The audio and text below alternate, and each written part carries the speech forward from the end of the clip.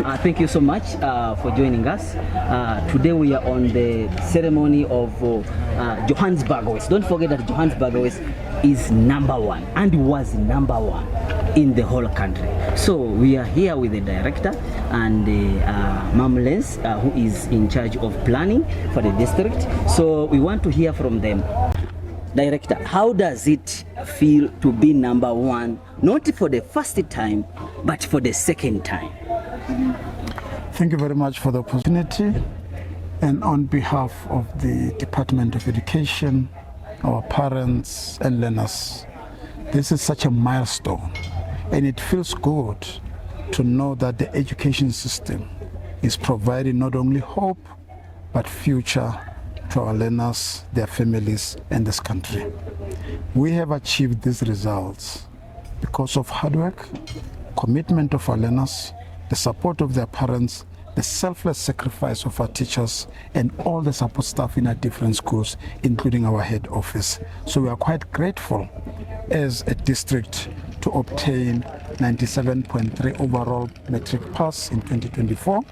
And this shows that with this performance, every learner can pass, even those that have failed. We are doing everything possible to make sure that we support them through our second chance program so that they also achieve their metric certificates. Thank you. To achieve these results, you have to be with a proper planning. How do you make it to be in this position of #1 through planning? Thank you so much. The first thing that precedes planning is a correct vision. And that correct vision must be supported by a never-ending motivation of your staff and the teams. Now, once you get that one right, then you are certain that all your planning processes will be actioned. But with us as a district, we plan as the whole district, not only with the curriculum team. We allow planning in all different departments in the district. We then take that plan to our principals, to our learners, their parents and SGPs to get it supported. Once we get approval at that level, we then share that particular plan with our unions and all our stakeholders, because to raise a child is a community or a village responsibility.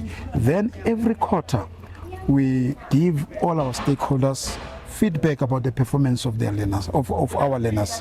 But every month, we provide updates in terms of the performance of every child per subject, per school, because that analysis helps us with our intervention strategies to make sure that every learner is given an opportunity to succeed at the end of the year.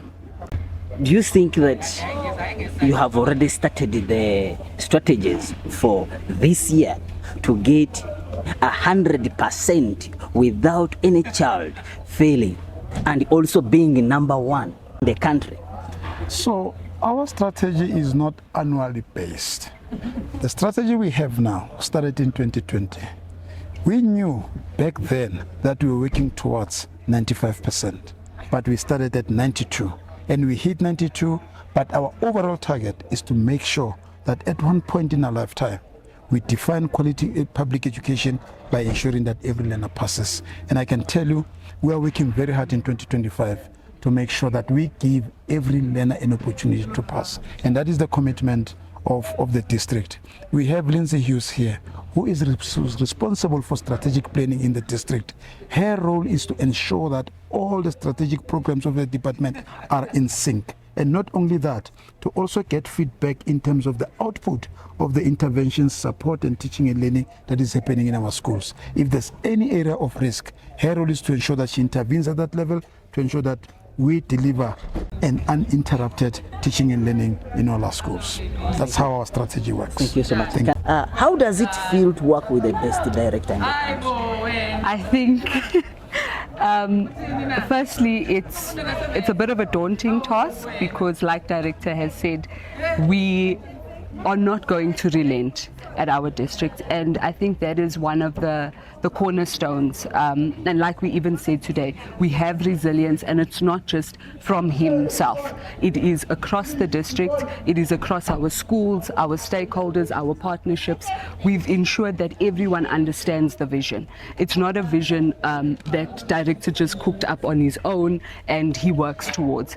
Each and every single person who works in the district and who works with the district is moving towards that 100% target that we would all love to have. But I think it is also important for us to note that the strategies, like you have asked about, are not just imagined strategies. We focus on our data.